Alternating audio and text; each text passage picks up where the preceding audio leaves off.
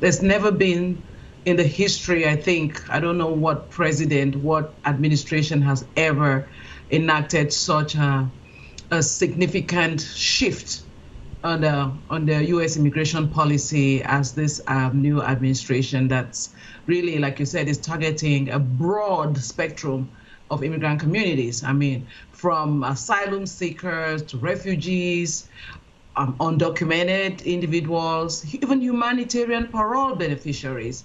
It's targeting children, families, victims of human trafficking are also caught up, and those, the TPS, those seeking temporary relief. The executive order is so broad that it's really just made immigration, it's just criminalizing immigration and dismantling all the protections that immigrants typically have. To his credit, he ran on these issues. He told people that if I win, this is going to be one of the first things that I do. And to his supporters, this is the most important executive order of our time. And he's making his promise come true. So there is no question about that. When it comes to his supporters, his base, this is what they wanted to see. Central American countries next the border, they've always known that they are the target.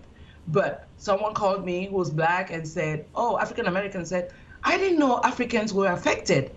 I said, that's what I've been trying to tell you. Even though we may not be, African or black immigrants may not be the target, the rules do not exclude us. However, this time around, actually, we are part of that target group.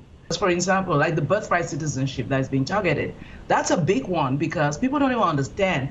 So let's say I'm going through the process of maybe filing for asylum. During that time, let's say I have a baby, I'm out of status, I'm not yet in status. That child does not benefit from American citizenship. It's as simple as that. When you look at the southern border, clearly it's a crisis.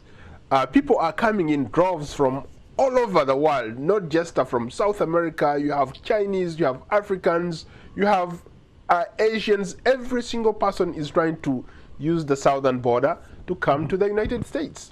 So as an expert in this space, what do you think the government should do or should have done? We've been asking for comprehensive immigration reform.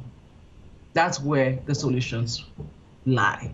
I'm not an advocate for, like, they're calling it an invasion. It's calling it an invasion. Okay, the southern border, people that are fleeing persecution, people that are fleeing drug cartels, people that are fleeing whatever situation. Like you said, everybody's coming through the southern border.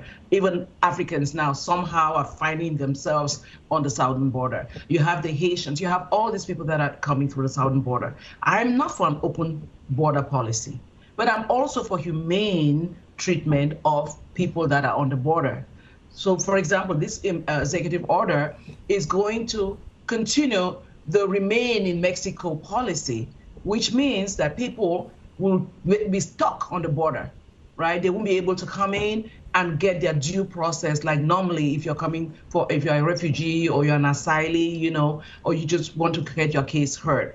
So they're not going to have that privilege.